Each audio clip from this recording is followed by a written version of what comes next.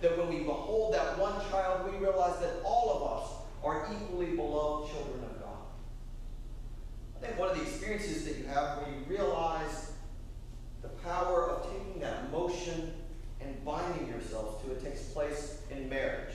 And I was graced to be able to witness a marriage yesterday, and it's wonderful to see two people whose love is so full in the emotion, binding themselves to that in commitment to one another.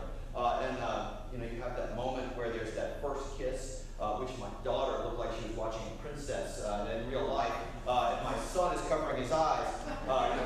But you see that just effervescent love being poured out, and then they're binding themselves in the covenant with God to that love. That they will live out of that love, that they will work at that love, that what is a bubbling over emotion will become a discipline and a practice, and that they will work at that love. And then as they were doing the first dance, and they kissed again, and then at one point my son says, "Is that the same kiss?" And then in which case, near the end of the night, he said, "You know what? When I get married, I'll do that kiss that the priest tells us we have to do, but the rest is not going to happen." For any of you who are thinking about setting your daughters up with my son, but there is something about that liturgy. There's something about all of those who gather. There's one of the prayers in that liturgy where we say that all of our marriages might be enriched, that our lives strengthened and our loyalties will be confirmed. That we will realize in that moment of overflowing joy and love that we deepen our commitment to that love. And I think that's a little bit about these 12 days of Christmas, that we had that moment of absolutely bubbling over, of joy, of Christmas experience, and now we're committing ourselves to it. We hear the different stories and they wash over us, and we see what it's like to commit ourselves to it. We started off with that Luke narrative, and I talked to our 3rd and 4th grade class about why each gospel writer writes in the way that they do. And Luke starts off with the whole world is turned upside down. The social order has been knocked over. The least shall be first. We have the beautiful Magnificat that comes from that. We have the story of Mary, a peasant woman, being called. Elizabeth being the first that realizes something great and transformative is taking place. The shepherds being the first called out from their fields. And the social order is turned upside down. And then last week we had John, who tells us what it's all about. What does it mean in our lives that the Word would become flesh, that a light would come into the world that no darkness could extinguish, that the Christ above is the Christ in the flesh that transforms life. Now we have Matthew. Matthew spends a whole first chapter tying this story to all of the hopes of the Jewish people. That whole list of family lineage that starts at the beginning of the first chapter and runs all the way through it. And we get to this moment where the Christ child is born, and it goes from the history of the Jewish people to people far away.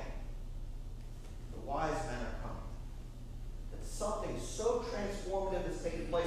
Something so hoped for has been realized that the world is trembling. Not just the people of the world, but the entire world. All creation has been disturbed in some way. That even people in the far reaches of the world have realized the stars aren't the way that they were. All creation has been transformed by this moment. From the hopes of the Jewish people to people far away, something new is taking place that's part of the fabric of God's plan. It's been knit together throughout all of time.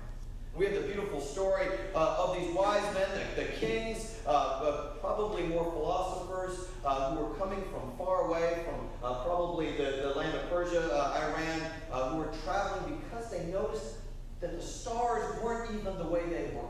That something so profound is taking place that they have to witness. So they come and they run into King Herod. Now this is the King Herod the First, Herod the Great, and he was known for building tremendous numbers and rebuilding the temple and quite a bit of lavish expenditures, but he also was known as a ruthless leader and one with probably paranoia. He even killed a couple of his children. He was so worried about people usurping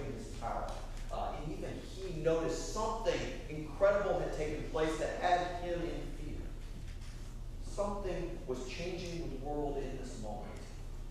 So the wise men come to him, and he tells them to come back. And then as the wise men come and they approach this child, they realize this truly is something transformative. This truly is what we've been waiting for, and they offered their gifts.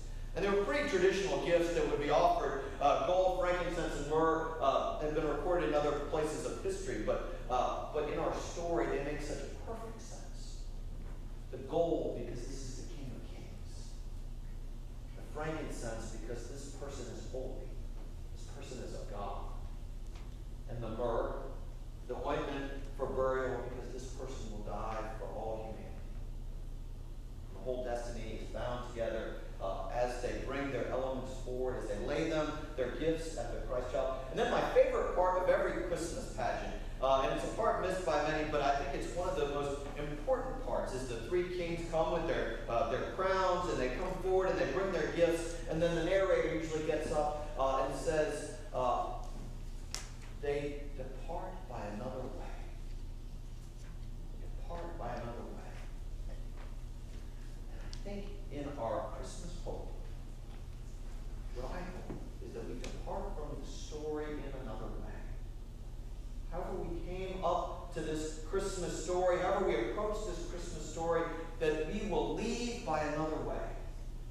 Whether it's a commitment to read the Bible in 2015, whether it's a commitment to join a ministry, to maybe say yes to the invitation to go to Haiti or someplace in the world where you can serve, to sponsor a sorority family, to get involved in a ministry at St. James, to do something you notice needs doing in the community.